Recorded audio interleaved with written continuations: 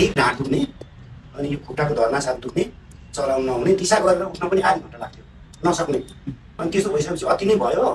अनि मैले नेटमा हेरेँ नेटमा सर्च गरेर हेर्दाखेरि मेदान्त न्युरो क्लिनिक कुपनडोरको एड्रेस पाएँ र म यहाँ आएर चाहिँ ट्रिटमेन्ट गरेको आज 9 दिन भयो मेरो पुरै शरीर चाहिँ पहिलाको जस्तै चल्न सक्ने उठ्न सक्ने भइसकेको छु मेरो आँखाको यतापट्टि त्यो जुन रातो मासु पलाएको थियो धेरै ठाउँ देखाउँदा क्यान्सर होला भन्नुहुन्थ्यो डाक्टर साहबले तर त्यो रातो मासु पनि यो मेदान्त क्लिनिकमा आएर चाहिँ न्युरो यो थेरापी गरिसकेपछि त्यो पनि हराएर एक प्रकारको अनुहार पनि ग्लो चाहिँ आउन थाल्यो म त एकदम कालो भएर चाउरी परेर यस्तो भयो नि त सिस्टर अनि त्यो तपाईँको यो जुन उपचार पद्धतिले जिउ पनि हल्नु भएको छ खुट्टाहरू चलाउन ढाड चलाउन सजिलो भएको छ र मेरो फेसमा पनि एक प्रकारको ग्लो आउन थालेको छ मलाई त्यो जाँगर पनि एकदम राम्रो ढङ्गले काम गरौँ हल्का भएको छ र पहिला चाहिँ अति धेरै निद्रा लाग्ने जति बेला पनि निद्रा लाग्ने डाक्टर साहबले छुँदै हुन्थ्यो म निदाइहाल्ने ठाउँ हुन्थ्यो निद्रा पनि एकदम ठिकमा छ म ठिक टाइममा सुत्छु ठिक टाइममा निद्रा लाग्छ मेरो त्यो जुन यो पाचन प्रणाली पनि बडो राम्रो भएको छ र